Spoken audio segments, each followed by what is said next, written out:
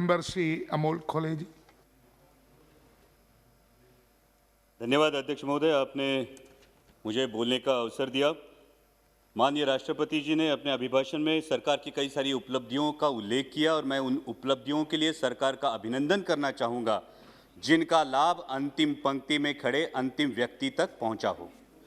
राष्ट्रपति जी ने अपने अभिभाषण में नए संसद भवन के निर्माण की बात की, गर्व की बात है, लेकिन सवाल ये उठता है अध्यक्ष महोदय कि जिस देश की सार्वजनिक स्वास्थ्य व्यवस्था कोरोना की महामारी में बुरी तरह से एक्सपोज हुई हो, उस देश की प्राथमिकता क्या होनी चाहिए? नया संसद भवन या हर जिले में हर संसदीय चुनाव क्षेत्र में एक सुसज्ज अत्याधुनिक सार्वजनिक अस्पताल? देश की प्राथमिकता को नजर रखते हुए सिर्फ 22 एम से कुछ नहीं होगा। देश की प्राथमिकता को नजर रखते हुए पहले अस्पताल और फिर संसद भवन, इस पर आत्मचिंतन हो, ये मेरी गुजारिश है। Please silence, please. बिदुर जी। और वैसे भी इस संसद भवन की मांग किसी ने नहीं की है, लेकिन हर सांसद मेरे इस बात से सहमत होगा कि हर संसदीय चुनाव क्षेत्र में एमपी लैड फंड के तहत होने वाले विकास कामों की मांग जरूर हो रही है। इसलिए मेरी दरख्वास्त है कि इस एमपी लैड फंड को अविलंब पूर्ववत किया जाए। इसमें अभिभाषण में केंद्र और राज्य की सरकारों के बीच कोऑर्डिनेशन की भी बात की गई। माननीय minister of finance state Anurag ji यहां उपस्थित है। मैं आपका ध्यान आकर्षित करना चाहूंगा कि महाराष्ट्र की सरकार को जीएसटी की 25,000 करोड़ की राशि प्रदान होना बाकी है, उस पर अविलंब विचार किया जाए। राष्ट्रपति जी ने अपने अभिभाषण में युवाओं के रोजगार की बात की। इस सरकार ने सपना दिखाया था कि सालाना 2 करोड़ युवाओं को रोजगार मिलेगा। अजय मिलना तो छोड़िए, जो हाथ में था वो भी चला गया। आज 1000 नौकरियों के लिए लाख युवा अप्लाई करते हैं और 4th क्लास की नौकरी के लिए ग्रेजुएट्स और पोस्ट ग्रेजुएट्स कतार में खड़े आते हैं।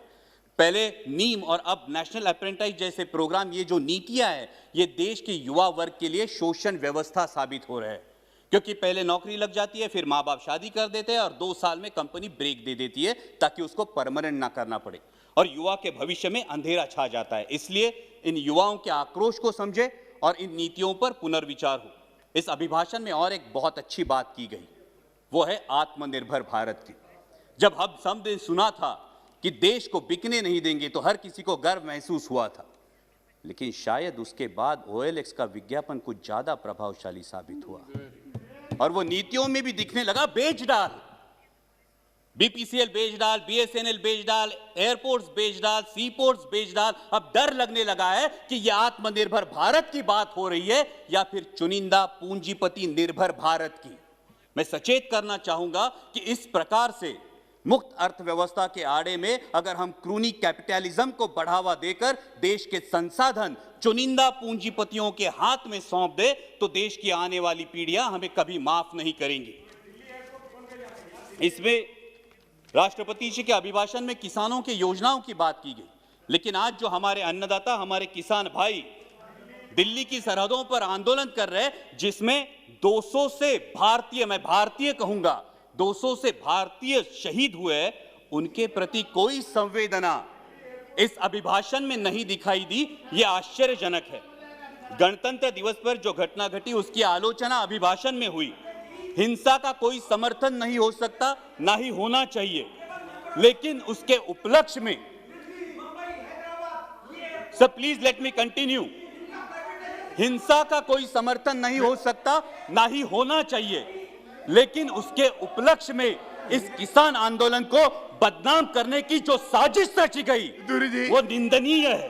पहले बताया गया कि सिर्फ पंजाब के किसान हैं, फिर बताया गया कि ये तो आड़तीय है, फिर बताया गया कि ये खालिस्तानी है। Please sit down. Bidur ji, honourable member Bidur ji, बैठिए। Bidur ji please take your seat. Bidur ji, honourable member please take your seat. So please bring house in order. Why you are angry? Sir अगर You sit down there. Sir अगर ऐसे बोलेंगे, कल इनके नेता भी बोलेंगे, तब हम बीच में चलाएंगे, फिर अच्छा होगा सर। No, why? ये जानबूझ के है। Whenever you, Bidur ji, whenever you will speak, at that time, that time you can tell everything. Why you are stand up every time? Thank you Please, sir. Please. Sir, गणतंत्र दिवस में जो घटना घटी उसकी आलोचना अभिभाषण में हुई। हिंसा का कोई समर्थन नहीं हो सकता, ना ही करना चाहिए, लेकिन उसके उपलक्ष्य में इस किसान आंदोलन को बदनाम करने की जिस तरह से साजिश रची गई वो निंदनीय है। पहले बताया गया ये तो सिर्फ पंजाब के किसान है, फिर बोला गया कि ये तो आड़ती है, फिर बोला गया ये खालिस्तानी है, और फिर तथाकथित आईटी सेल ने और मीडिया के कुछ नुमाइंदों ने उन्हें देशद्रोही करार दे दिया। मैं पूछना चाहूंगा कि सर, जो बाप अपने 18 साल के नौजवान बेटे को बोलता है उठ तुझे फौज में भर्ती होना है, तूने बेल्ट की नौकरी करनी है, जो मां अपने बेटे को बॉर्डर भेजते हुए बोलती है कि अगर दुश्मन ने देश पे गोली चलाई तो तूने अपना सीना आगे कर देना है, तो वो देशद्रोही कैसे दिए जाते हैं? सर, आज बेटा सियाचिन में -डिग्री सेल्सियस में देश की रक्षा कर रहा है और उसका 70 साल का बूढ़ा बाप दिल्ली की सरहदों पर अपने हक के लिए कड़ाके की सर्दी में आंदोलन कर रहा है, तो किस मुंह से बोलेंगे जय जवान जय किसान? और सर, आज तो देश को 2 नए शब्द मिले हैं, उसमें से एक है आंदोलन जीवी। मैं शुक्रगुजार हूं इस शब्द के लिए, कारण महाराष्ट्रातले भाजपचे नेते सतत उठसूट आंदोलन करत होते, त्यांना काय म्हणायचं ते आम्हाला या शब्दामुळे कळलं। पण ज्या कष्टकरी वर्गासाठी आमचे बाबा आढावांसारखे सामाजिक कार्यकर्ते वयाच्या 90 ठामपणे उभे राहतात, ते मात्र महाराष्ट्राचा अभिमान है। लेकिन मैं पूछना चाहूंगा सर आपके माध्यम से कि जिस देश की स्वतंत्रता की बुनियाद ही आंदोलन हो, उस देश में इस बात का प्रयोग कैसे किया जा सकता है? सिर्फ 1 मिनट में कंक्लूड करूंगा सर।